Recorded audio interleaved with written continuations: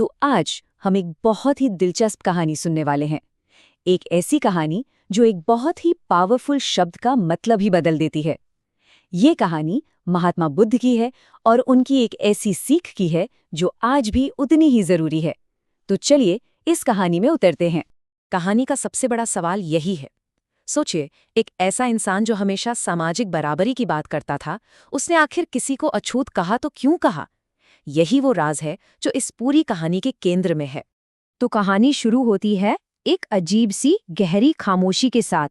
एक ऐसी चुप्पी जो बुद्ध की सभाओं में कभी देखने को नहीं मिलती थी।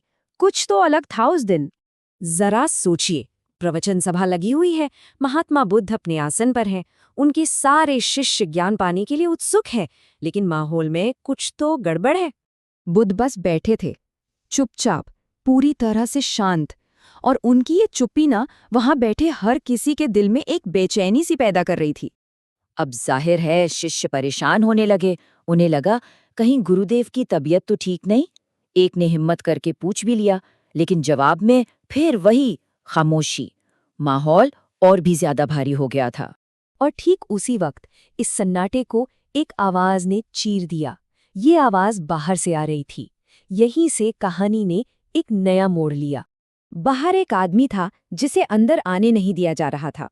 उसकी आवाज में एक शिकायत थी, एक सवाल था। वो जानना चाहता था कि उसे क्यों रोका गया। वो आदमी फिर से चिल्लाया, शायद और भी जोर से, लेकिन बुद्ध पर जैसे कोई असर ही नहीं हो रहा था। वो तो बस अपनी आंखें बंद किए ध्यान में बैठे थे।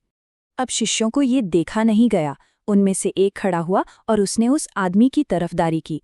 उसने बुद्ध से कहा, उसे अंदर आने दीजिए। तो अब देखिए, मामला सीधा बुद्ध और उनके शिष्यों के बीच आ गया था। और बस इसी पल बुद्ध ने अपनी चुप्पी तोड़ी। लेकिन उन्होंने जो कहा ना, उसकी किसी ने कल्पना भी नहीं की थी। ये कहानी का सबसे बड़ा, सबसे चौंकाने वाला मोड़ था। जरा सोचिए वहां क्या हुआ होगा। बुद्ध, वो बुद्ध जो जात पात ऊंच नीच के खिलाफ थे, उन्होंने किसी को अछूत बोल दिया। ये किसी धमाके से कम नहीं था। सबके दिमाग में बस एक ही सवाल घूम रहा था, अछूत बुद्ध के मुंह से? आखिर क्यों? ये कैसे मुमकिन है? सारे शिष्य एकदम सन्न रह गए थे। मतलब ये तो बुद्ध की सिखाई हर बात के खिलाफ था। वो तो हमेशा कहते थे कि कोई जन्म से बड़ा या छोटा नहीं होता, तो फिर आज ये सब क्या था? तो अब वक्त आ गया था कि बुद्ध इस राज से पर्दा उठाएं। वो सबको समझाने वाले थे कि उनके हिसाब से अछूत होने का असली मतलब आखिर है क्या।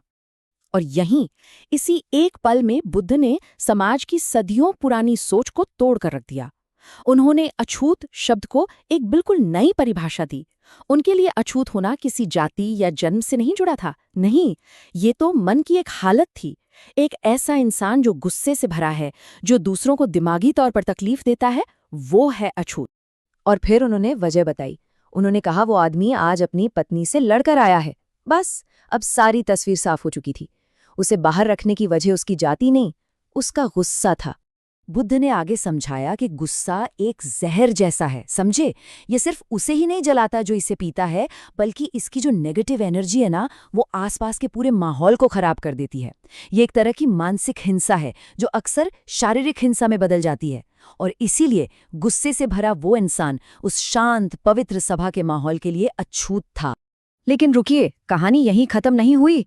बुद्ध ने सिर्फ प्रॉब्लम नहीं बताई, उन्होंने उसका सल्यूशन भी दिया। ये कहानी है अपनी गलती मानने की, पछताने की और खुद को बदलने की। बुद्ध ने कहा कि उस आदमी को सजा नहीं चाहिए, उसे जरूरत है शुद्ध होने की।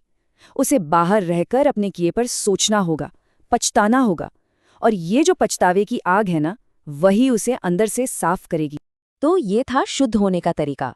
सबसे पहला स्टेप, अपनी गलती को मानना, उस पर पछताना। दूसरा स्टेप, ये प्रण लेना कि भविष्य में दोबारा गुस्सा नहीं करेंगे। और जब वो ये कर लेगा, तभी वो साफ मन से सभा में आने के काबिल होगा। अब बाहर खड़े उस आदमी ने बुद्ध की सारी बातें सुनी। उसे अपनी गलती का, अपने गुस्से का बहुत गहरा एहसास हुआ। उसने वहीं खड़े खड़े मन में प्रण लिया कि वो फिर कभी गुस्सा नहीं करेगा। और जैसे ही उसने ये किया, बुद्ध ने उसे अंदर आने की इजाजत दे दी। और उस दिन उस सभा में बैठे हर एक इंसान को अछूत होने का असली मतलब समझ आ गया कि ये चीज जन्म से नहीं बल्कि हमारे कर्मों से, हमारे मन की हालत से तय होती है। और आखिर में ये कहानी हम सबके सामने एक सवाल छोड़ जाती है। बुद्ध की इस परिभाषा के हिसाब से जब भी हम गुस्सा करते हैं, जब अपने शब्दों से या अपनी सोच से किसी का दिल दुखाते हैं, तो क्या उस एक पल के लिए हम भी अछूत नहीं बन जाते? ये एक ऐसा सवाल है जिसका जवाब हम सभी को अपने अंदर ही खोजना होगा।